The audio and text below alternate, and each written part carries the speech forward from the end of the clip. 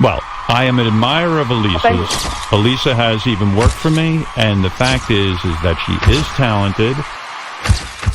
What's it called? Kermit and Friends? Kermit and Friends. Kermit. But if Kermit, you're saying like not the to frog? do... Yeah, wait. I actually have watched a few hours of Kermit and Friends.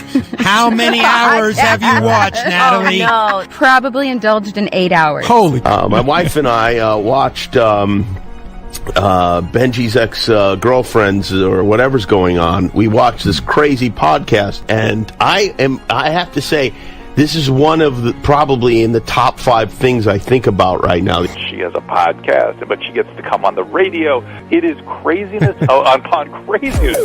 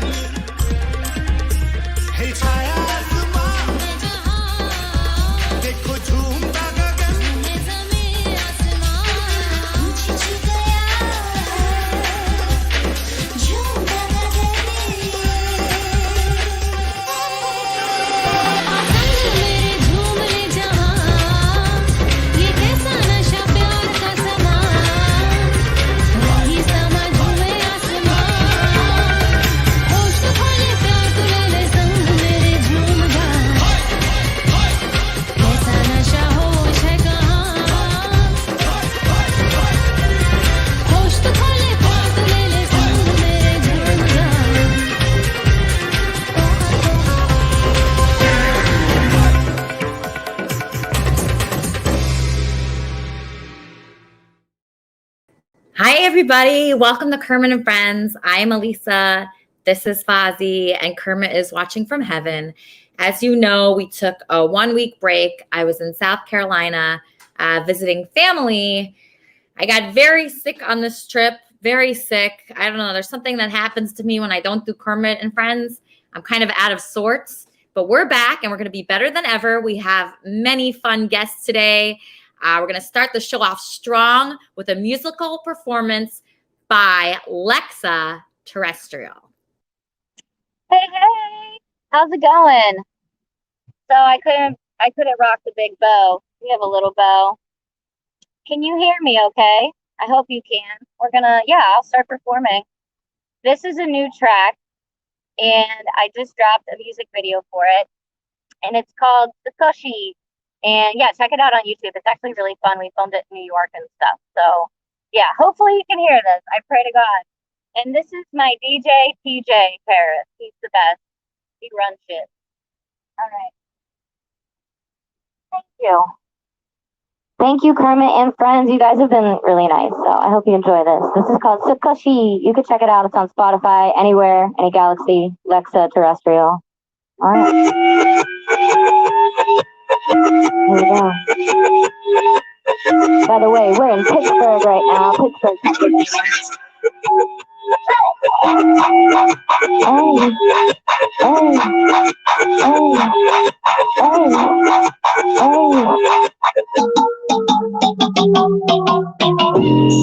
Bounce that ass like it's Bonnaroo. Going to church and I'm sitting in my own pew. Only coming back to me is when I say I choose. They can handle little girlies with them phones. Rapping boys are supposed to do. Party boys to holler through. My age won't cover that of it. We're going to the chat. Leave me alone. That right now I'm just calling my phone. Here's that Tokyo. Artificial into the broken bone first. You trying to run me over, make a dolly pop. I won't let these little CDs try and take my heart in. I won't let these little pretty try and take my time. The daddy tell them how to die and before I die. Got a big heart, but it's black and blue. If he break it, he gon' buy it, he gon' buy a few. Betty cool, bitch, your Betty boom. Said I got it cool, you want my color rooms. I'm a slushy and a knuckle. I'm a slushy and a knuckle, ayy. I'm a pussy, I don't know, but I gotta be. Drop it down like a I'm a pussy, I don't know, I'm a pussy, I don't know, I'm a pussy, I don't know, but I gotta be. Drop it down like a Call me when you need a spice up your collar. Got them walking for me, but it's cold water. Got my little hands, double feature for a logo. About to break his fans like my name Yoko. Little girl, why you do it super white? But she's done now, I thought to know why not. She made my chest, I thought she had no sign. But she's done now, I thought to know why not. Baby got good, oh my gosh, she mine. Only turn me on when the lights off. He hit me back with the flight car. It's bloody money, look what I got. Double up, so get my face. Stay close when I'm running late. Stay low, stay gross when I wanna date. Up in the back, the bitch can't hide. Look for the rest, bitch gon' ride. Got a light system, take my time. Gotta call him a bird, the bitch gon' ride. Hey, I'm a Sosiano loco. I'm a Sosiano loco, hey. I'm a Sosiano loco, but I got a big ass. Drop it down like a yo-yo. Hey. Thank you, guys. Wow, that was incredible. Okay, our next guest is a doctor, Dr. Heron, a former priest, current drug and alcohol counselor, friend of Dr. Roy Alabato. Actually, let me ask Dr. Roy Alabato about our second guest, which is Dr. Heron. Are you friends with Dr. Heron? Do you work with Dr. Heron? What is your relationship with him? I do. Dr. Heron is the CEO and co-founder of Providence Treatment, which is located in Philadelphia, Center City, Media, PA, Honolulu, Hawaii, and soon to be Boston, Massachusetts.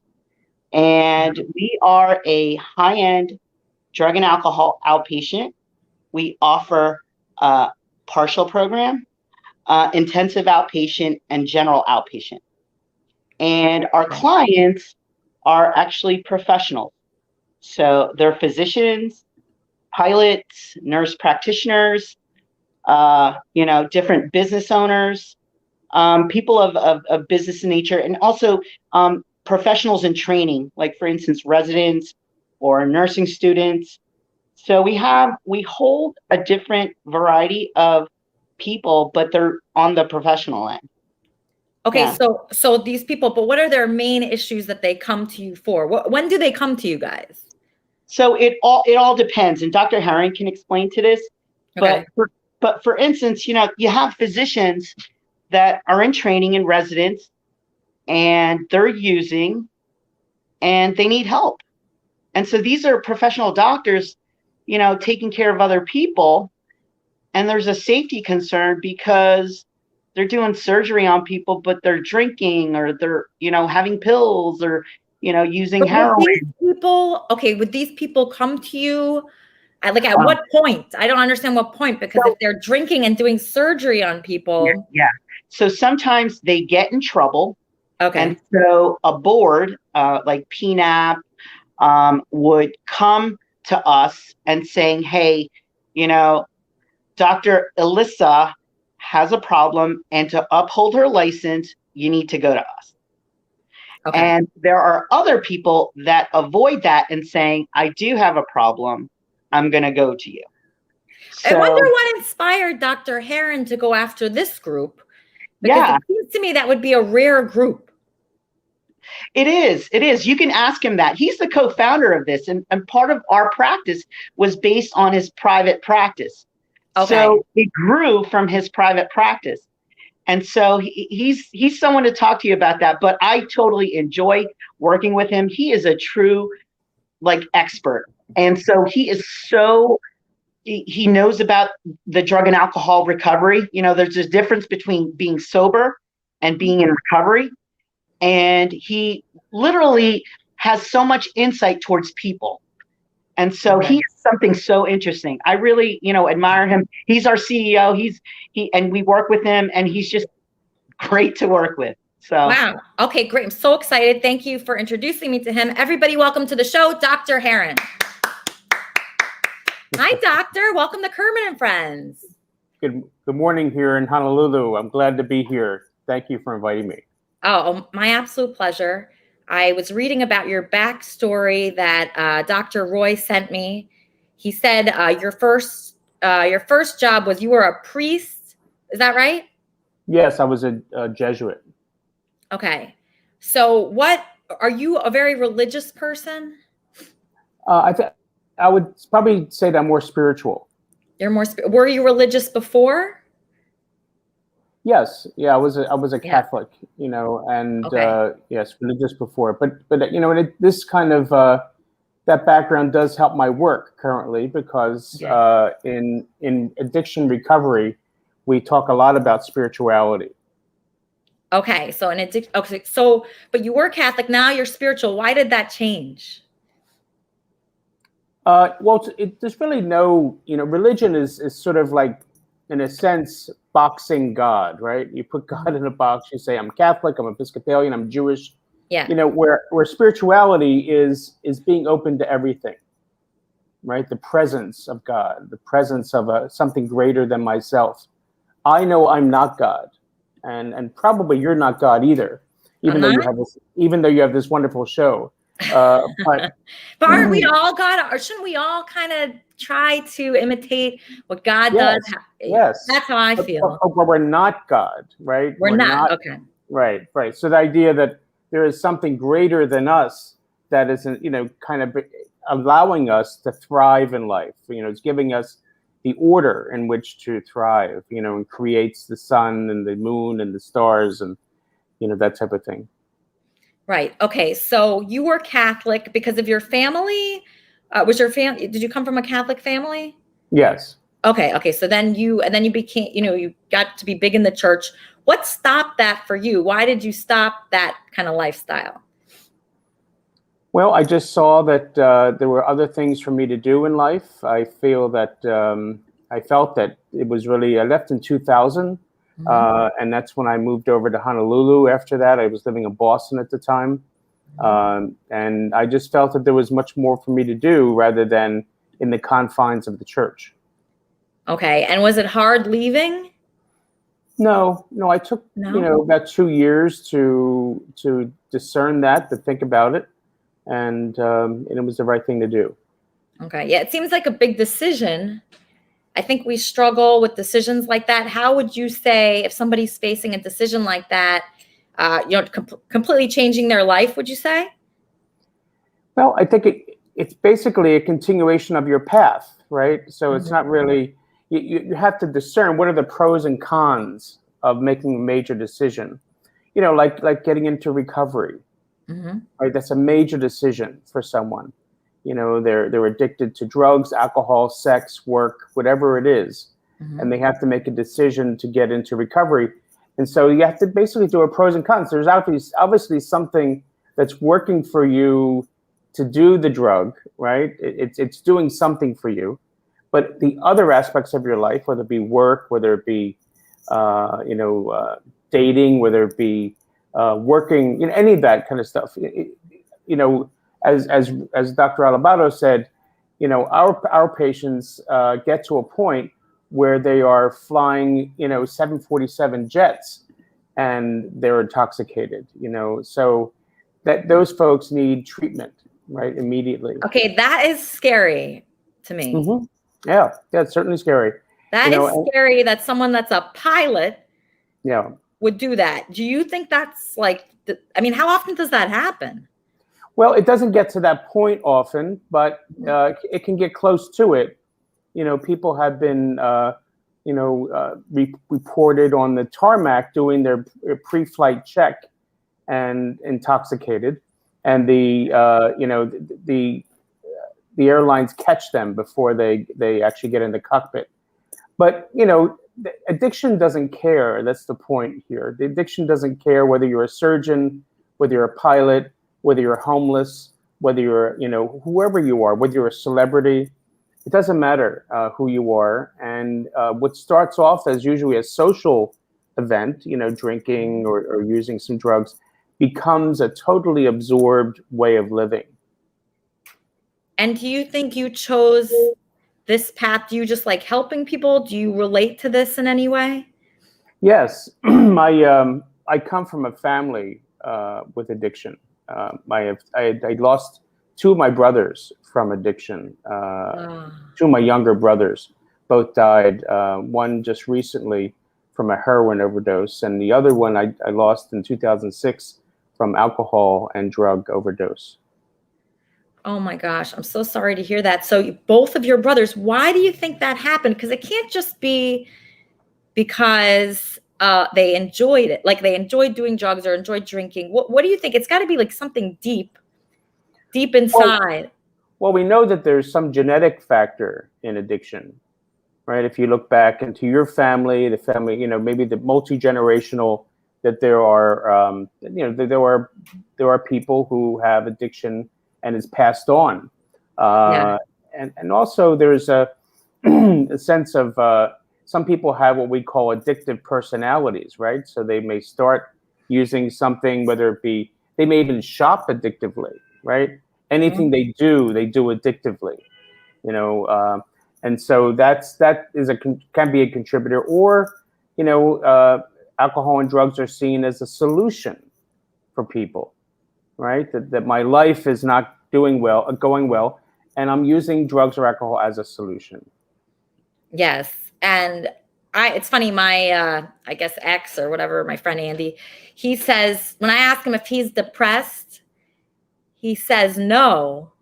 But I think, how could that be possible? Because he's always drinking or doing something like that. Yeah. So how is he doing it so he's not depressed? I mean, I think he must be there. You just don't do that. You don't like coat your life full of drugs and alcohol just to do it, just for fun. It doesn't seem like that would be for fun. At what point do some people just never realize that this is going to kill them and this is a horrible thing that's ruining their life? He didn't realize. Some people don't and end up dying prematurely. But many people, they start off drinking and it's a social fun thing. Yeah. And then what happens is that it becomes a way to kind of numb out, right? They numb out by drinking. Alcohol is a depressant chemical.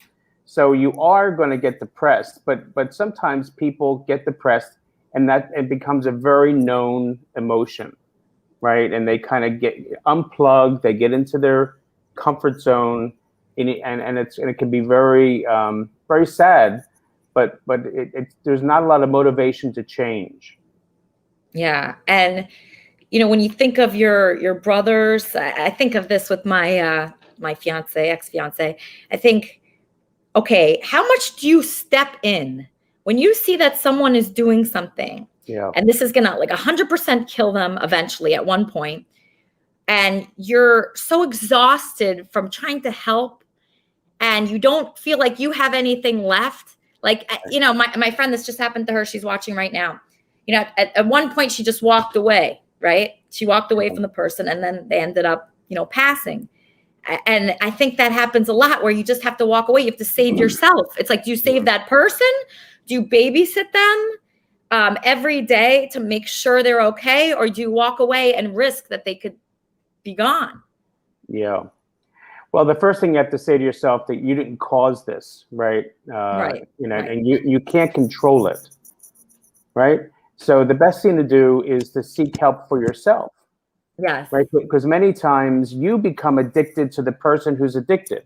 Well, it makes you feel very valuable. Like for me, I never felt as important as I felt when trying to help this person. Yeah. So when Andy came into my life, I saw that he was someone that needed a lot of help, more so than anyone I'd ever dated. And I felt really like good that I could be that role. Finally, I have a role where I see that I could be so beneficial to the world, almost like a God type. Right. And that in the moment, just like a drug, in the moment that may feel okay and feels good. Feels like you're doing something for the world, right? And for that individual. Yeah. But in the long run, that we call that enabling. Right? It can be not very helpful to the other. And it can actually be very destructive to you. Yeah. These rescue fantasies that we call them, that we take on these people into our life, and then we could have a very destructive life, right? Because we make these choices. Yes. Yeah. So were you really heavily involved with both your brothers and their recovery since you actually do this? Initially, I offered them help, right, and offered them assistance. And both of my brothers were not interested in being part of what's called Alcoholics Anonymous or Narcotics Anonymous. And then I basically had to tell both my brothers that until you are involved in some type of a recovery program, Yes. that I can't have anything to do with you. Okay, so if there's somebody out there right now that is listening to you that thinks you could help them, how do they reach you? Well, they can go to providencetreatment.com. Providencetreatment.com. So that's our agency. We have offices in Philadelphia, Honolulu, and in Boston. But I'm happy to do a consultation with anyone to talk about how I can help them. That is so wonderful.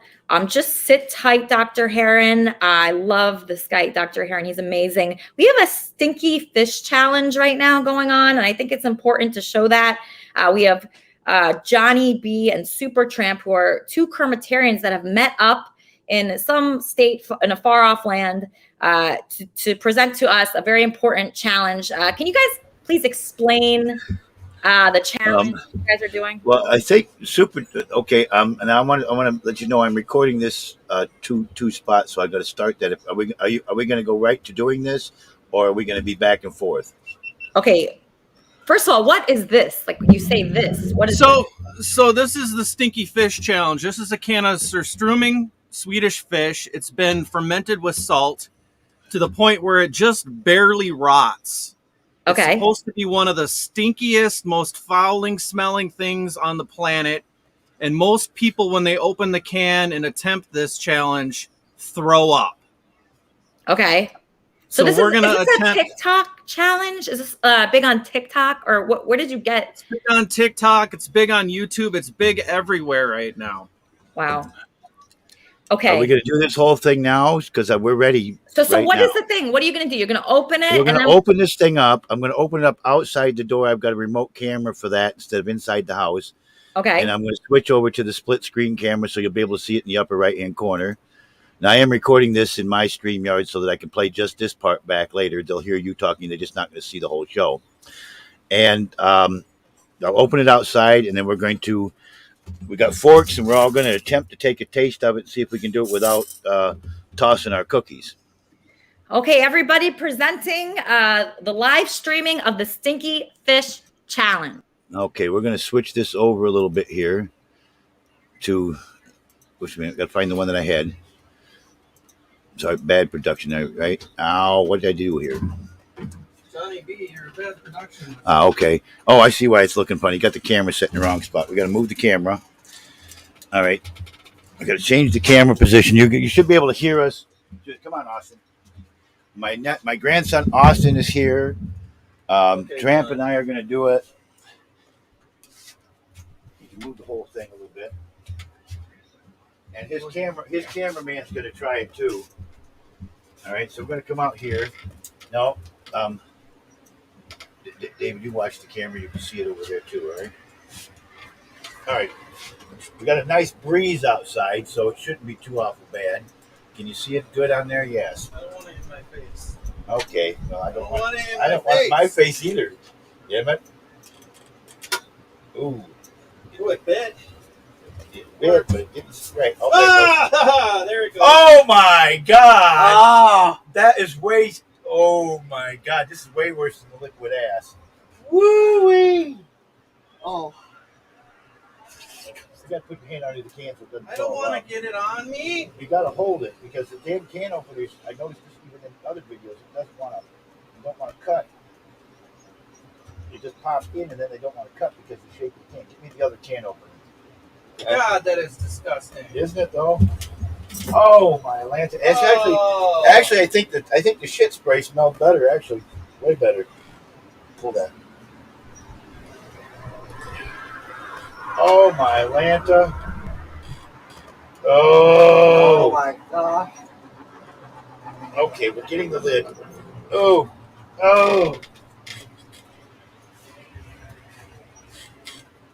my hands. Good. Can you still see me on the camera? Oh my God. I think you can. I don't know. That's horrible. You got to get Musa. Musa, come here. What? Come here. Oh! Can't open it broke. Oh! Can't open it broke in process. God damn it. You serious?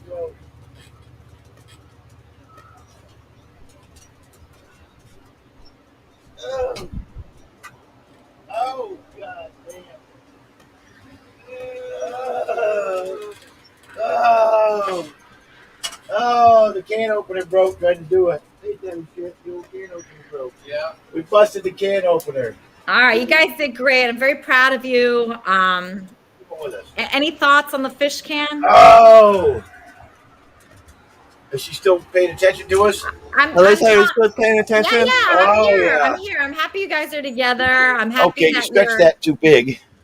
Now we got to go back to camera one. So we're in the house now.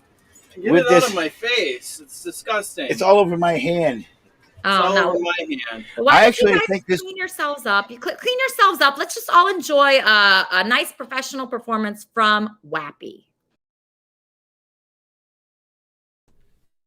I had to unmute myself there. All right, ready?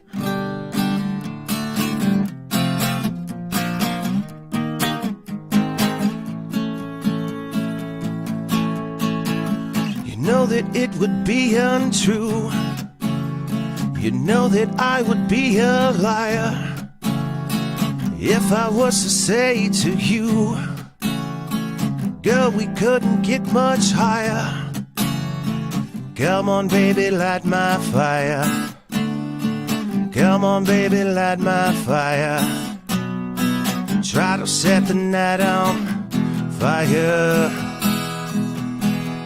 The time to hesitate is through. No time to wallow in the mire. Try now, we could only lose, and our love become a funeral pyre. Come on, baby, light my fire. Come on, baby, light my fire. Try to set the night on fire. The time to hesitate is through.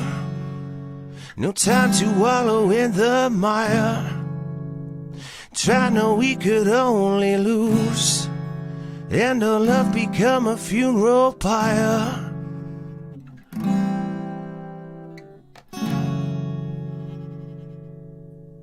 Wow, this guy's so great. Oh, amazing. Okay, so we have a lot going on in the show. Let's just say hi to Coach Love. Coach Love, you held it down while I was away. You had your own show. You had so many people on that show. It was incredible. I enjoyed it so much. You had Charmin and all our other friends on the show. Did you enjoy, hosting the show while we were away, while I was away? Oh my God, we had the best time. We missed you a lot. We always miss you. Oh, thank you. I'm glad you survived in the hotel. I did. There were roaches. I had to move hotels 3 times, and I was sick. And there was storms, and my flights were delayed. I had like the worst luck on any trip. My flights were delayed. I had to go through storms. It was raining every day. I got the flu. I thought I had COVID. When I called the doctor, they said that I had to have a COVID test. I had a rapid COVID test. It came out negative. My strep test came out negative. I was at the hospital all day. I just went through such hell, but I'm back, and I'm happy to be back. And I just love, that you held down the fort while I was gone. It made me feel so taken care of, you and Charmin. Yeah, you know what? We had an amazing time. Your whole family came together and had an awesome time. Wait a minute. I have to tell you, there was so much mischief going on. Like what? Well, okay. So I'm going to tell you, Tall Dark and Maddie and Eric got on a show this week, and there was all kinds of sex talk. We're going to talk about that on the Unwrapped show. Okay. Eric is, talking about how you revealed this member on your show. Do you remember he kept sending me explicit videos of his penis like every day, multiple times a day. So I was like, why is he doing this? Why is he wasting my time with this? But it wasn't really a waste of time because I used it for the show. So anything I could use for the show is not a waste of time. So every time he sent me a picture of his penis or a video of his penis, I just made, I sent it to my producer, Gaia Paya, and Gaia Paya made it into a funny video. And so it was actually a good thing because usually when you get like dick pics, you can't use it for anything. Like it's completely worthless. Like you can't make any money off of it. You can't make art off of it. So I'm usually anti-dick pics. In fact, there was a guy that I was kind of interested in that I met through Andy. And he was sending me pictures of himself topless. And I thought to myself, I mean, Coach Love, when you're interested in a guy, do you want topless pics of him? No. Show me a picture of you at a desk working. That's way hotter. That's what I want. I'm going to tell you what I really want. I want a picture of a man doing community service. Community service is so sexy. I told you, like show me a picture of you working. Show me a picture of like your house with like a yard, like a backyard. That would be good. There you go. Show me a picture of you like holding hands with like a child, like, and your family, like maybe a nephew or a niece. Show me a picture of you vacuuming or just doing anything like that is hot. Like doing dishes, like cleaning a house that looks like mine. Yes. That is so much sexier than a dick, right, yes. Sherman? Vacuum, do dishes, yard work, make sure your space is clean. The toilet. Oh my God, so sexy. Yes. I would have area around the toilet. Oh, there are the few things that excite me, and these are definitely at the top of the list. Anytime a man is cleaning up after himself or other people or taking care of people or helping other men man up, it is my thing. Send all the pictures of that. Yeah, cooking, anything for me that I would enjoy. Like send a picture, like your dick, like unenjoyable. It's not helpful. No, nobody wants that. Nobody wants that. That's not the top of my priority list. No, exactly. So men have it so wrong. I don't know who told them that we want to see their bodies in these pictures. Do not send that. Send us a picture of how you're going to be, like how you're going to be cleaning, how you're going to be helping, you doing errands for me, picking up groceries at the grocery store, picking things out. That's good. That's hot. That's way hotter. Since we all agree. Men get mesmerized by their member, like when they're a teenager. They just go, oh my God. And then they forget about everything else around them. There's a whole world taking place around them and they completely forget about it because they can only focus on one thing. What was it my mother used to say? Men have two brains and only enough blood to run one at the same time. That is so true. I agree with that. One person that I think is not like that is Hud Isaacson. Hud Isaacson, you were so excited to be on the show today. What is going on with you? Oh, not much. Look what I got back here. What's that? Look. It's Andy's movie award. Yeah. No, what did you? How did you get that? How did I obtain it? I OJ Simpsoned it from Andy's loft the other night. Yeah. But anyways, so I just wanted to say something. In high school, I was in Performing Arts Academy, half a day at Performing Arts. My best friend Corey Alexander Fletcher, shout out Corey, what's up? He would drive me there every day because I would do half a day at Performing Arts Academy in Chagrin Falls. So we were in the auditorium in the assembly, okay, and the teacher Tom Fulton, shout out Tom Fulton, we're friends on Facebook. He was like a theater guy, and he was going around asking everybody like, "What do you want to be when you graduate from here and grow up? What do you want to be when you graduate here and grow up?" And I got to me and I said, I'm going to be a professional rapper. And well, anyways, Callie Nolan's going to make that happen for me. So it's going to happen. So I'll explain that later. I said, I'm going to be a professional. Well, yeah, I'll just say it. Callie Nolan, she's good friends with Jerry Heller, and she's taken me out. Years ago, she met Leela Steinberg, Tupac's manager, through Jerry Heller, and me and Callie are going out to San Francisco to perform and showcase my music at Leela Steinberg, Tupac's manager's open mic that Tupac used to perform at, and I'm so excited. And she said, Callie said Leela Steinberg, Tupac's manager, is going to manage me. Callie said Leela Steinberg, Tupac's manager, is going to manage me. I'm so excited. Wait, hold on. There's an emergency. T-Bob, what's going on there? Y'all ain't gonna believe who's visiting me. I'm on KAS show, by the way. Let me stand next to you. Hello, everybody. How you doing? Is that Mark? Mark Connors is at your house? No, yeah, I'm at Bob's house, yeah. Why are you at Bob's house? Where Bob lives, anyway. Why? Did you guys see him hit me? Now, I'll tell you about that. I thought he was here to start some shit, so I hit him and we wrestled. And we're out here talking because apparently he was invited here to try and work things out with me while we did our chit chat. We'll be okay. I just obtained the video. Excuse me. We're past being upset and worked up. We're past This that. could be a good thing. So hold on. This could be a good thing. Yeah. I don't know if it's gonna be good or bad. I got beer. I ain't worried about that. Check this out. I want to show you guys something. Hold on. You want to see history being made? This is history being made. Can it be less windy? Watch this. Watch this. I got it. Watch this. I'm a little scared. Okay, I thought he was gonna kiss me for a minute. No. Watch this. See. Look at this. This is history. We're trying to work things out. Wow. Now, Bob just took a swing at me, slugged me in the face. Yeah, Let's be nice. Okay, so let's watch that video. I have a video of that. Okay, so let's watch that. It's Bob versus Mark. Let's watch that video. You can show it if you want. It's on his phone. Go get your phone. Let's see the video. Nobody's hitting anybody, man. So I think what this video is, for people that don't know what this video is, it's I guess Mark showed up at Bob's house unannounced, right, Mark? I'm sorry? Did you show up unannounced?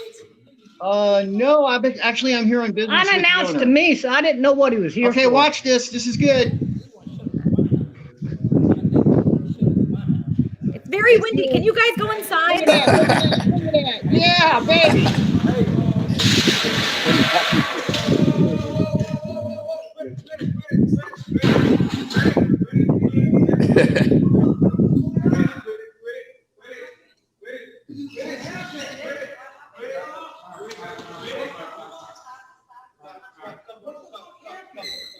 What's going on, you guys? You wanted drama over there. Look at what you got.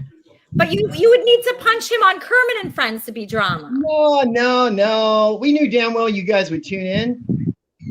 All right. Well, okay. So you guys are together now. So you're friends, or what's going on? We're gonna talk. Well, I wouldn't say we're friends, but we are gonna try and talk things out.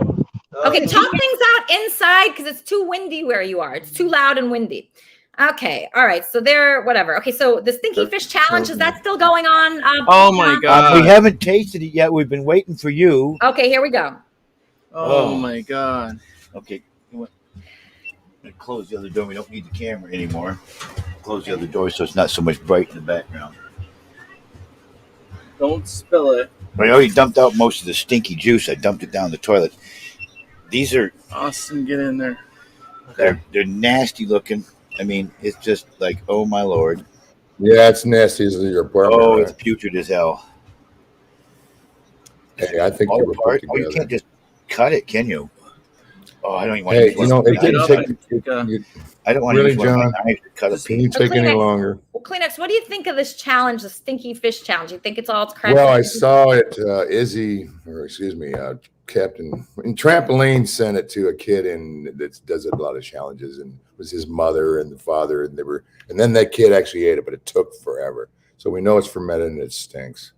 Okay. So the challenge is, of course, Mr. Bolton here is having problems with his opening a can opener. Really, Bolton. So are you kind of suspicious about Mark and T-Bob possibly already being in cahoots for drama, and this is an act? Well, I appreciate anybody contributing. I love when people But contribute. does it seem staged? There's So so much I don't care. passion that seems to be. So I don't really care if it's staged at all. I just care that they're contributing to Kermit and Friends, and that I appreciate. But it was just so windy. The audio was so bad that it wasn't like good content for me. So have you Elisa, done it yet, you look John? beautiful today. I just wanted to let you know, and thank you for letting us do this. Yes. Oh, my pleasure. My pleasure. So are you guys What? eating the fish while we're talking? Yeah, you're watching. There's Tramp's little taste. Okay. Okay, Austin good. already said he wants more, but he liked it. He's gonna puke. You should be eating this fish all day. I'm just going to leave them on and just have them just eating fish all day. So, I appreciate them contributing to the show. I think they're like funny and everything, but like they need to get their audio right. It can't be windy. I need to know what's going on. They got to tell me what they're going to do beforehand. There's just there's no communication with me and anybody else. So that's something that I really need to make it work. So at least with the Stinky Fish Challenge, they told me about the Stinky Fish Challenge before it was happening. And so I knew that was coming. I still didn't understand it. I still don't understand it, but at least it's here and they prepared me for it. So I appreciate that. But is it real or is it fake? I think it is real. No, I'm just saying, I mean, it seemed the punch looked real, but there's so much intensity with Mark. I've been screaming in Pittsburgh. Oh yeah. There's a lot of humidity. It's hot here. I'm in Pittsburgh for the last 5 days. I'm going to New York and then I'm coming all the way back to LA. So when I come back to LA, can we meet? I'm driving, by the way. Yeah. See, I'm really like anti people right now. I know it. Yeah, now it's anti. So you're coming to Los Angeles? I'm driving. I've been driving from Seattle. My brother lives in Pittsburgh. I've been here for 5 years. I'm going to go to New York City. Okay. Then I'm going to head south. I'm going to go to New Orleans. I'm going to take 10. I'm not going to be there for a while. So, I mean, you're really frightened about this COVID. And I understand. I mean, I just am so tired of like a lot of stuff right now. I'm just, That's fine. It's hard for me to, yeah. So it took COVID for us to not meet in person and actually share. It's not really COVID. It's just, you've been so wishy-washy and you just haven't, you go against I haven't even hardly been on your new show. I supported your show. I've been supporting you by staying away. Don't you think? Yeah. No, these new stars. Yeah, I'm trying to make new stars of the Can show. we visit through the glass like they did it when people were in the hospitals? Listen, I appreciate the offer to meet with you. No, anyway, that's fine. I got other people to see in LA. My point is, I mean, this is a long trip. I'm in Pittsburgh. I'm really out here to see my brother. I mean, my sister-in-law has cancer stage 3. They've been married for 32 years. I actually like her better than my brother. That was the main reason I chose not to fly because of COVID. And I am vaxxed. I've been lying to the community saying I'm not. I had a lot of problems with the second shot. Did you have problems with the second shot? I'm just having a lot of mental problems with everything. Well, you had mental problems before COVID. I mean, you had anxiety attacks and you were rushing to the hospital. You've been kind of a hypochondriac a good portion of your adult life, right? Yeah, COVID's not good for hypochondriac. Right, and you've been germophobic in the past. Yeah, I mean, I was on a plane with so many people. And that's why I didn't want to fly. They all looked horrible. You know, the shots, they're now finding out. I mean, I know 7 people that have been vaccinated and they've all got COVID now. Really? So this Delta variant or whatever. Anyway, I don't want to talk about COVID. So where are we going with the Stinky Fish? Is the Stinky Fish a disaster? Or is everybody throwing up? I'm not really, I don't know. I mean, I think Supertramp went there to do the Stinky Fish Challenge and, I'm impressed that they're actually doing it, and he actually went there. Is he staying? Are you staying with Johnny B right now? Musa, come on! I can't get Musa to come and try it. Austin's liking this. Come here, Austin. Watch it. I don't want to smell it anymore. Watch him. Here, look at this. Oh wow! The whole family's eating it. That's amazing. Austin's liking it. He says that stuff's good. He likes it. Really? Yeah. Come here, Musa. No. Everybody has to. Lori doesn't want to come down here. Show how much of a man you are. Who, Lori? Nobody wants to eat that, Johnny. Nobody wants to eat that at all. I can't imagine anybody wanting that. So, Hud, you mentioned to me that you wanted me to call your former boss. Why? Why do you want me to call your former boss? It's gonna be real funny. He called me a Riri to our coworker Stuart. Stuart told me, he said that Riri down there standing like a light post while drying cars. And he also, like, when I was like 16, I worked there from like 16 to like late 20s or like mid 20s. He grabbed me by my hood and yanked it. He's a jerk. But I just want to say one more thing. So Tom Fulton, Performing Arts, asked me what I wanted to be when I grow up in front of everybody in the auditorium, the whole performing arts school. And I said, I'm going to be a professional rapper. And he said, you better pick a different profession. That's not going to happen. So I just wanted to say to Tom Fulton, just the tip and only the tip, and make it real sloppy. But what was your question? Oh, my boss. Can I give you his number so you can call him? Why do you want me to call your boss? Because that's going to be funny. It's okay if we don't do it. Somebody emailed me a video of you in a mini mart. What? Why did somebody send me a video of you in a mini mart. Hud Isaacson threatening mini mart employees. What is that? Let's see it. Let's see it. Let's see it. All right. It's coming. Oh, here it is. Okay. I'm going to bring up your mini mart video. But first, while I'm bringing that up, let's just watch a video of Andy. I don't know if you went to this. Did you go to this little green party that Andy was at? It was all green, and there was people called Jello, like bad Jello there. I don't think so. Okay. All right. Well, let's watch him there while I'm bringing up your video. Here's Andy, I think on Saturday night, last Saturday night.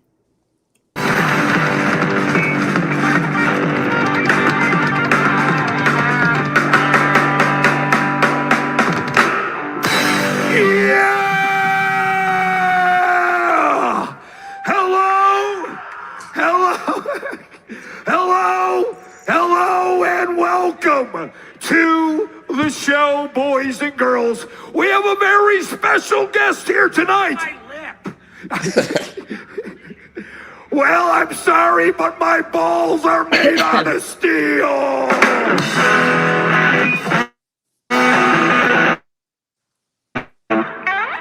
Come on, Andy. Oh my God. Andy Dick just had a handful of my whiskey balls.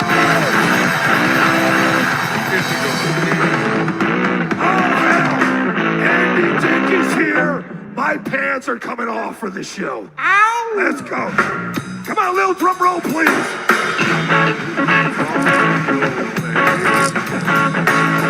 Let me see them balls. Hang on. Andy, would you like to do a shot of whiskey off of my balls? Your daughter's calling. Here we go. All right, hang on. Liquor off his balls.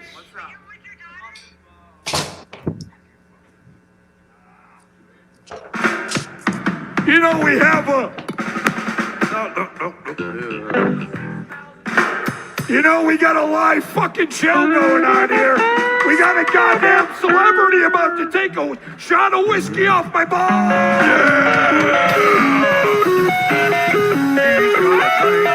Off his balls. Andy? All right, take the position on the ground. Drum roll, please. Come on, lay down on the ground, Andy. Come on, let's do it. Andy.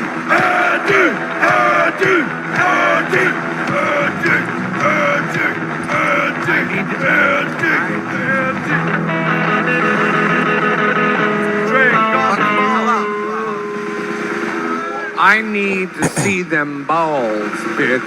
Show me balls. Ah, there you go. Live TV. Close your eyes, kids. Don't zoom in on his balls.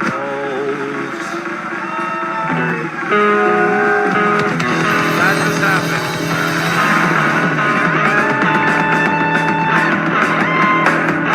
Andy Dick, drink off my balls. So how's Andy doing? He's doing better. He's doing good with his drinking. He is. All right. Elisa, why didn't you tell me I had a booger in my nose? You're just gonna let me have a booger in my nose? I didn't see it. I swear to God, I only look at myself. Yeah, I'm Andy Dick's prodigy. But where's that video? Okay, I got it. I just got it. Someone sent it to me, an anonymous source. Let me just find it. It's right here, video 202. Okay, here's a video of you in the Quickie Mart starting a fight.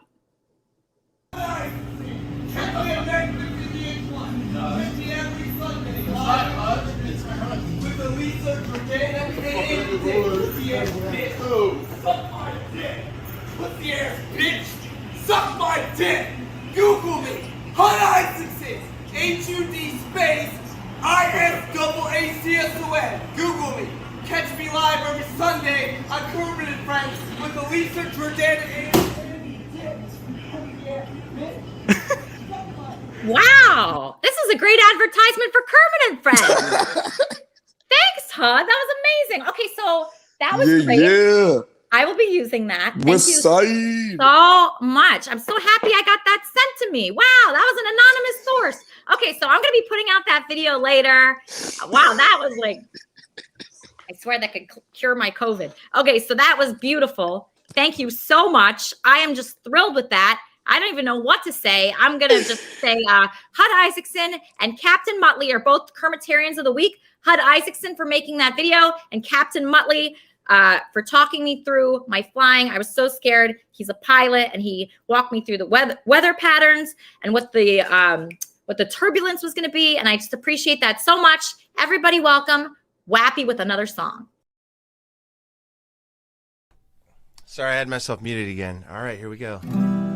Riders on the stone, riders on the stone, into this house we're born, into this world we're thrown, like a dog without a bone and an actor on a loan. Riders on the stone, there's a killer on the road. His brain is squirming like a toad. Take a long holiday, let your children play. If you give this man a ride, sweet memory will die. Killer on the road, girl, you gotta love your man. Girl, you gotta love your man.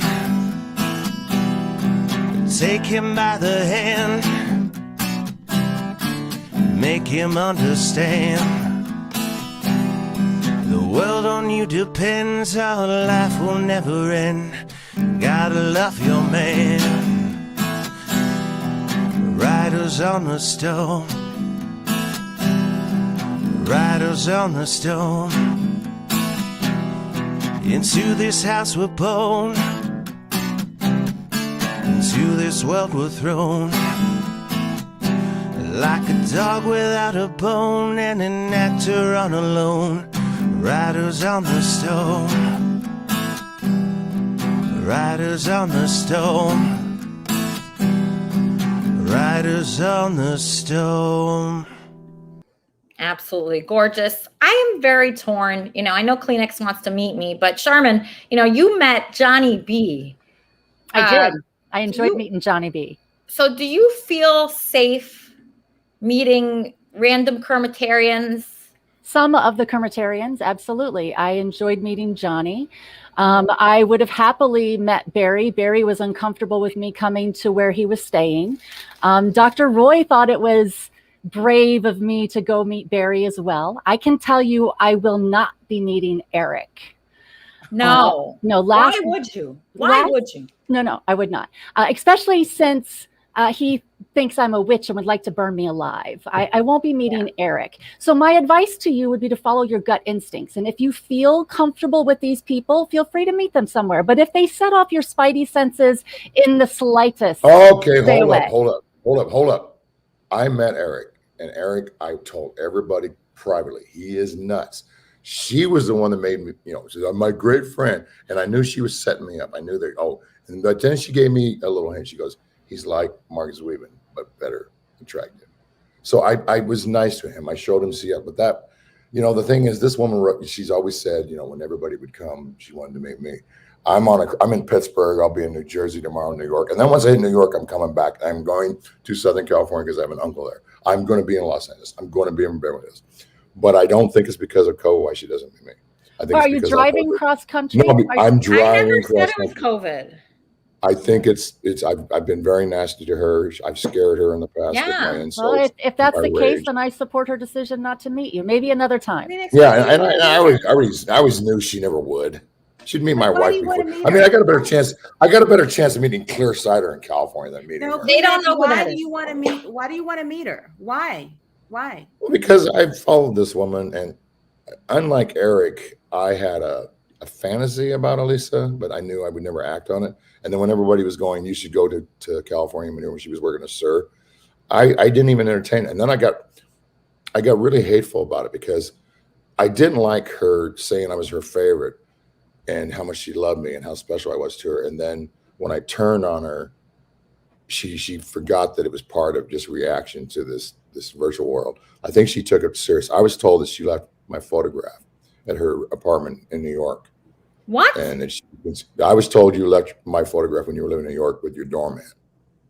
And Okay, I think you said this is what it was. This is what it was. so. It was real fair. It was real fair. And at the time, I used to talk to you in private, and we started out as friends. But when you rejected me, and you kind of like, well, I don't want to show that everybody's good. I want to show where people fight.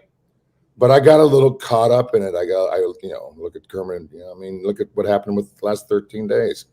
So I get you having a fear factor in meeting Christopher Roy D, because you still think I'm Kleenex. But I have a problem that you were around Andy in that element, and he's around all this real chaos. And I was concerned about you getting hurt. And I don't believe, like a lot of people, I did at first that you were just using Andy to, kind of get back in the mix. But I think you actually cared about Andy. But I think you were in danger, not so much by Andy, but by a lot of his associates. I'm getting a caller. Kermit and Friends. So you were brave enough to be with Andy's trap house, but not Kleenex from Seattle. Kermit and Friends. How can I help you? Hey, Elisa, it's Gonzo. Hey, Gonzo. I know Kleenex is crazy and terrifying and starting to kill pretty much every single one of us. But I think you should meet him in a public environment.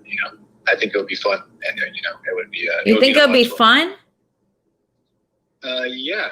I mean, just meet him in like a public place. Like in a public restaurant or like an outdoor diner or something. I think it would be fun to see Kleenex, and I don't think he's not going to make a scene, in front of a lot of people. I mean, he is fucking nuts, but I think he can contain himself for 45 minutes, and it would be a good story. Well, I mean, I just don't see the purpose of it. I mean, if he can give me a purpose, exactly. Yeah, there's like no the purpose. The purpose. I was the first dick that was in love with you. How about that for a purpose? How about that for a purpose? You think it'd be funny? That didn't mean anything. Because he would talk about it for the rest of his life, because he's been dying to meet you for years. No, I've been not dying to meet. I'm dying to meet Cliffside. I'm not dying to meet her. All right, Gonzo. Thank you. That's just my thought. Okay, that's your thought. Okay, that's Gonzo. Gonzo thinks I should meet you. What do you mean? Okay, I got to ask you a question. Don't get me. I don't want to start becoming the old character that I used to be. Realistically, what do you mean you don't see the purpose? What do you mean by that? Because I don't think it would be enjoyable for me. It'd be scary, and you've scared me. I've blocked you so many times on Twitter, like block, unblock different people. Like you've obviously offended me multiple times. I'm gonna ask Lexa Terrestrial if she agrees. Like Lexa Terrestrial. Did I really scare you? Yeah, you did multiple times. I had to block you. Like how? I'm in Seattle. You were in New York. By being scary, saying scary things. Alexa Terrestrial, do you ever have any crazy fans that want to meet you? Crazy? I'm not a crazy fan. Okay, wait, hold on. Lexa, you're muted. You're muted. Unmute your mic. You lost me with the crazy. Oh man. Okay, yeah. I muted it over here because my Wi-Fi was going crazy. We have shit Wi-Fi here, and I was swearing up a storm, and I'm dragging wires everywhere because I have this portable camera and this. I wanted to show you my UFO in my garage, but whatever. And it was cutting in and out, so all the conversations were so I couldn't really catch it. But to answer your question, yeah, you know what? Most of them are really cool, especially the girls. They're very cool. I have had one really creepy I've had a creepy situation before, and the guy still it's kind of like a Stan Eminem situation, but except his name was Steve. I was thinking about writing a song named Steve because it was instead of Stan, it was Steve, and he would write me letters. Go someplace. I'm having problems. Show up and. So what did Steve do? Steve was a huge fan of yours. He wrote to you. He wanted to meet you, and then what happened? So, well, for instance, a lot of fans, what they'll do is they'll go through my mom. Or they'll know my parents or friends or something, so they'll go through them. But what he did was he kind of would find out where I would be, and he would show up, and it was I was kind of forced. I was nice and everything like that, but it's just I got a weird. I think the one girl mentioned that vibe you get with somebody. You just get this weird, creepy, freaky vibe. Yeah, and he would I would be traveling back and forth from New York to Pittsburgh because I used to live in New York, and he would show up at the train station to drive me, and I'm how did you know I was here? It's almost like he was tracking me, and he was being nice, and he would talk to my mom and somehow figure out like via like Twitter or Facebook, like where I'd be. And he was like, he couldn't have been more opposite of me. He looked like he was running for mayor in Boston. But you know, he was a very sweet guy, but something just wasn't right. You know what I mean? I don't know. Yeah. I mean, so I'm really confused about this because I've seen within my life, I've become friendly with people that watch my shows. A lot of people have come into my life that way. And I think about it, and that's how most people have come into my life. So it's a weird, like fine line. Because if somebody comes into your life through like being a fan of your music or of your, whatever you're doing, it's like an unbalanced relationship. And I don't know if it's a healthy relationship. Yeah, see, that's what I mean. Like, I don't like to ever label fans anything. You know what I mean? Like, I mean, it's cute. Like Lady Gaga has, you know, her like little monsters and stuff like that. I want people should have their own identity, their own things going on. If you want to support, that's great. But I meet people through music and through what I do. Mostly that's how I meet most of my friends and everything. But I don't know. It's like, there's always going to be somebody weird, and it's nothing to do with you. It's like nothing you're doing wrong. It's just there's something not right with them. And, you know, even in their relationships, it's probably like that for them. But like this weekend, I was doing festivals, and I was also vending because I did Fashion Week. And this kid was on Molly, and he came up to my table and was like, you know, kind of trying to interact, trying to get my number, trying to do something. He's leaning on my table's like falling over and stuff. He takes one of my hoodies and I sell it to him for like $10, being nice when it's a $30 hoodie. And I'm being nice. And I'm like, he's literally so fucked up that he's like, I'm trying to change him in the middle of this venue. People are like taking pictures and stuff. But yeah, like something wasn't right with that situation, but I'm as nice as I can be. And like when I give people my number, it's like I shouldn't always do that, but because you need your space. There, you know, you got to take care of yourself, and I don't think everybody's looking out for you necessarily. So it's like you don't got to apologize. What'd you say? Am I muted? No, you're on. Okay, let me tell you real quickie. My uncle, my dad's little brother, was Paul Revere from Paul Revere and the Raiders. Paul Revere and the Raiders. Mark Lindsay, when I was young, 7, 8, 9, 10, was one of the biggest rock teen idol icons. I saw what fans did to Mark Lindsay. I saw what fans did to the Raiders in the 60s. I grew up around it. I saw Mark Lindsay almost get his ponytail ripped off in 1969 at 8 years old. It scared the shit out of me. So I'm not a fan of nobody, number one. Okay? I participated in this podcast because we were like developing a community. I'm a fan of Clear Cider, okay? And nobody needs to know why. But the point is, I grew up around seeing what fans do to famous rock stars, okay? That was my childhood. So I'm not a fan of Elisa's. I'm not a fan of her music. I never heard of Starship. I listened to Led Zeppelin, Pink Floyd. I liked Elisa. We had battles on the internet. They were superficial battles. Yeah, I lost my shit. But, you know, she's lost her shit too. She's making excuses. She's trying to pigeonhole me like she did Claire. Claire got very offended when he was talking to her. He thought he was more than just a caller. So she's like trying to start an issue here and bring out the old Kleenex. But I'm going to tell you right to your face, Elisa, I'm not your fan. I want to meet you as a person in a big crowded place where I feel safe. But you know what? Forget it. I don't want to meet you now because now you've made it as ridiculous as when Anita died. You remember that? From Ithaca, New York? The young woman I was talking to that died, who was a big fan of yours. You make everything an issue. And you hurt me with that in the very beginning. And that's why I turned on you. You remember Anita? You don't even remember the woman. You had 2 funeral shows. You made me the mock. You watched you tear me down. That's when I turned on you. A woman that I was getting to know that was going through a lot of difficulties that I was trying to encourage. She was your super fan. She was never, you forget who Anita was? Really? You're going to sit there and look at who's Anita? Really? You don't know? This woman died. She was a fan of yours. I was talking to her. I used to flirt with her when I was on because I found out she had been in a horrible accident. She died. She died. Her biggest thing was she wanted to meet you. She died. She was a fan. Okay, so now you're going to bring, you think you're going to bring the ammunition because I'm in Pittsburgh and I'm going to fight with this loser, this fake loser. You really think I'm going to play that game? You know what, Elisa? I'm talking to you. I don't care what Bob says. Can you hear me, Elisa? Yeah. You listen to me? Yeah. Not everybody's your fucking fan, you fucking narcissist bitch. Do you understand that? Not everybody's your goddamn fan. Some people liked you for you, but you know what? You can't handle that. Bye, bitch. Kermit and Friends, how can I help you? Hey, I want to say something to Kleenex. Sure.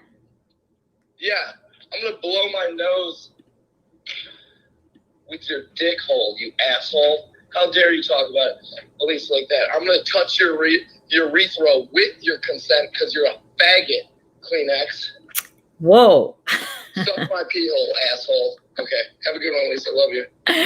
Jared's really killing it on Kermit and Friends recently. Lexa, you mentioned in the private chat that you think Kleenex was gaslighting me. That's a big topic around here recently. I know the word's used a lot. I know. I just feel like it's like he's throwing the blame on you in some way, making you feel bad when it's really what he might have fucked up and done something and acted out of character, but he's like, well, you did this and you didn't even know her and I want to be safe. How do I, you know what I mean? It's like when you're the one that's threatened or he's the one that attacked you, he's like, oh, I don't feel safe. And it's weird. Every time I meet up with someone like that, I regret it. I regret it so much. And for some reason, they come at me harder after I meet up with them. Like they have more anger towards me. So I just rather keep it at this level. Yeah. I mean, honestly, yeah, this is a fun show. I couldn't tell, but I was like, yeah, this guy's, he sounded bitter, but he was like trying to make you feel guilty because he felt bad. I don't know. I dealt with that before, but it's, you're chill. You seem cool. I'm pretty chill. I don't really have problems with anybody, but people have problems with themselves, I guess. Yeah. Yeah. I mean, I'm willing to talk to anyone. I really like meeting new people, but if it's somebody that's going to have so much anger at me and come at me like that, I just rather just keep it as it is. I like Kleenex. I'm sorry if I upset him today. I want to have a good wrap-up show today because, obviously last week we had that great show that you did. So I want to talk about Bob and Mark being together. Their audio is so bad today. It's like windy. They're outside. It's like, it sounds like a windstorm over there. They're friends now. What do you think that means for like them? Like what's going to happen with that? Are they going to team up now? You know what? First of all, I don't know how long it's going to last. My mouth dropped open when I saw them in the same place. It's crazy. Going southward out of the wind. I'm like, what the heck? And wait a We're minute, going inside out of the wind. Mark, why did you punch him? Yeah, there was like a punching match. It's so windy. What? I Let don't me know. get inside out of the wind. Okay, get inside. Yeah, so they had a punching match. So yesterday, yeah. And so they're together now. They're friends. About this is epic. It really is. 15 years they've been fighting, and now they're playing kissy face. I know. That just shows, and anything is possible in the world. So don't limit yourself, and don't say, "Oh, maybe I can't be friends with this person because they just punched me yesterday." Because look what's happening now. Let's give them a second to get. Oh, they're inside. Okay, so what's going on, you guys? What are you guys doing together? I think we're going to make some internet history here. Is it bright enough? I mean, it's very dark, but how are you going to make internet history? What is the plan? Hold on. Okay, he's going to turn a light on. Hold on a minute. Okay. So you didn't know that this guy Mark was showing up at your house today? Like he flew there, or how did he get there? And why? Okay, I did not know Mark was coming over today. He was invited by this guy Gene who runs everything here, but nobody told me. It was a big surprise, so I thought he was here to start trouble. So of course, is that why you punched him? On the fucking camera. One thing led to another, and we was fighting. So that's all. Hogging the fucking camera. But since then, he pointed out he just came here to try and work things out and talk. So we did that. We ended up in the garage alone. and we talk things out. Yeah, we didn't shut the door either where we could be alone. So what's going to happen now? Because Mark, all your broadcasts have been like bashing Bob. Is like, what are you going to broadcast about now? Well, wait till you see what we're going to do. What is it? Put something up here so that she. Here, go ahead, Bob. You do it. What are we doing? You know what we're doing. Get out there. Oh, I didn't know we were doing that. Yeah, fuck yeah. Well, let me set this phone up. Hold on. Let me grab some casino. I mean, just to remind people. I mean, they're not really explaining what happened, but just to remind people, this is what happened.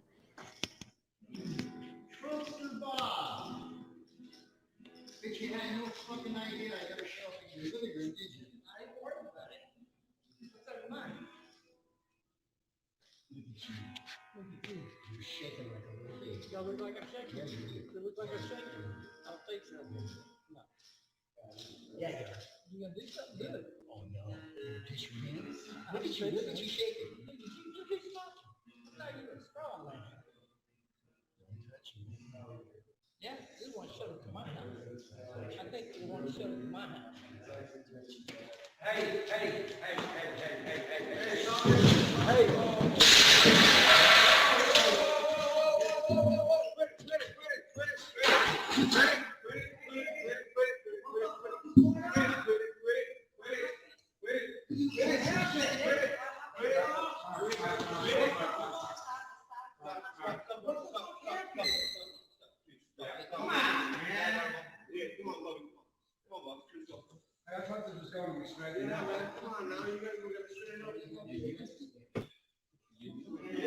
Yeah.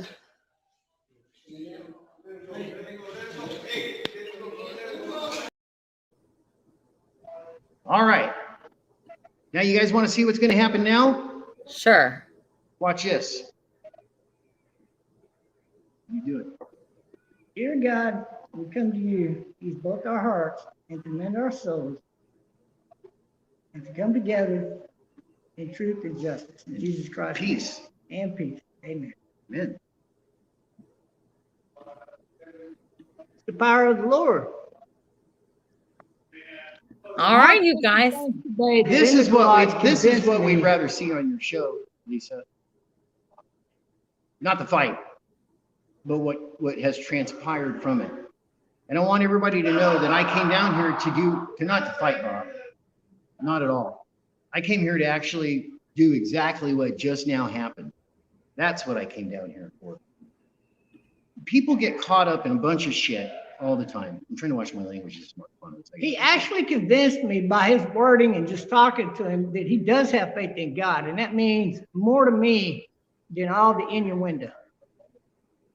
So if we could do this, if this man and this man could do this right here, look at what everybody else could do. Look at the good that could come out of your show, Lisa.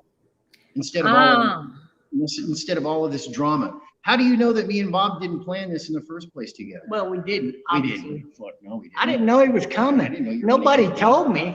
And I thought he was here to start some trouble with me. So I was defending myself in my space. But come to find out, he wasn't here for that. So instead of continuing down that path, I agreed to talk things out with him. I've been trying to do that for the past 6 months ultimately, but 3 months in particular.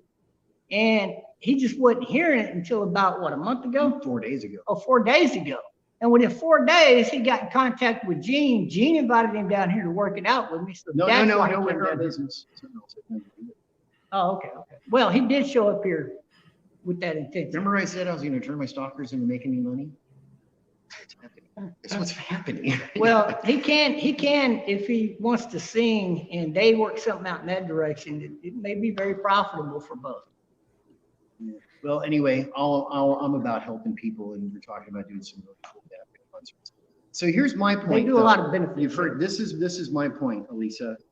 Yeah. You have a lot of fabulous people that want to be on your show.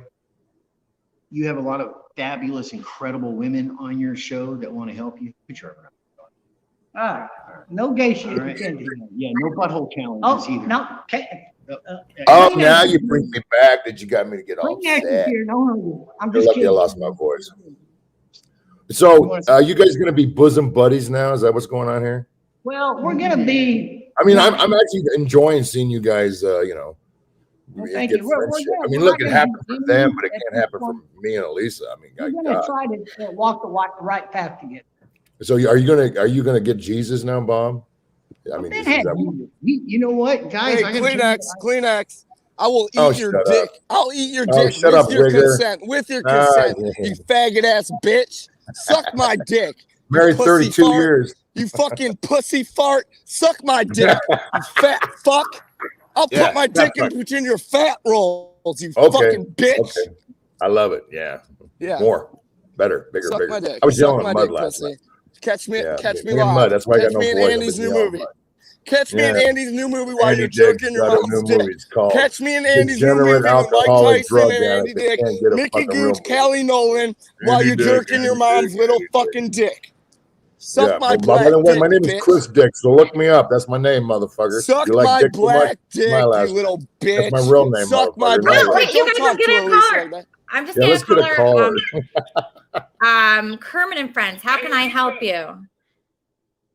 Hey, Elisa, it's Chad. Hey, Chad. Hey, listen, I just wanted to call in and talk to you about Kleenex.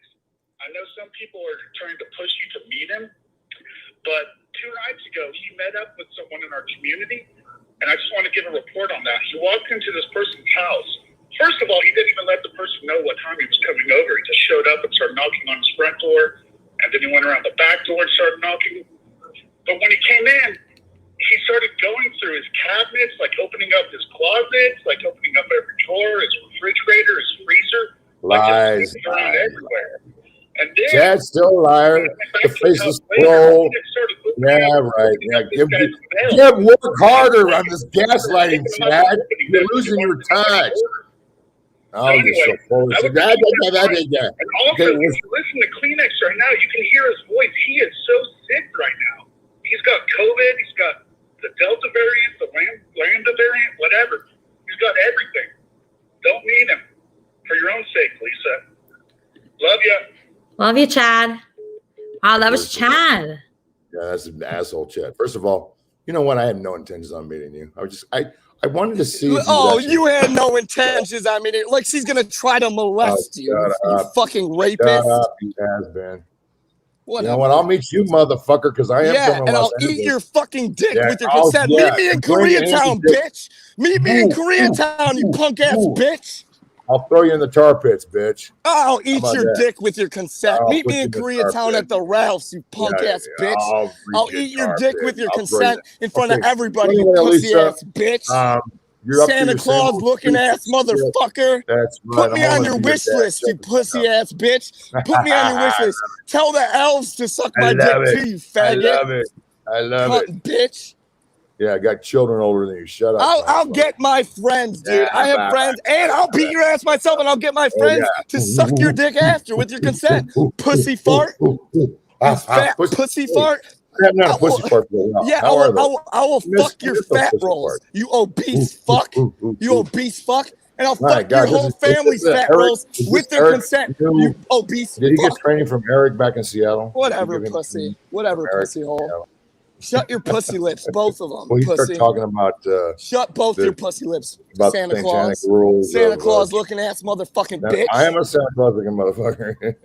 You know I can't stand a fucking wigger. You know I can't stand a wigger. Whatever, wracist asshole. You know what a wigger is? Suck my black You know what? dick, you If little you came bitch. to Oakland where I used to live, they would beat you half to death. I'm from Cleveland, you bitch ass Oh, dude, I just motherfucker. I'm left from Cleveland. I was in Cuyahoga County with heartless felons raping dudes like you bitch.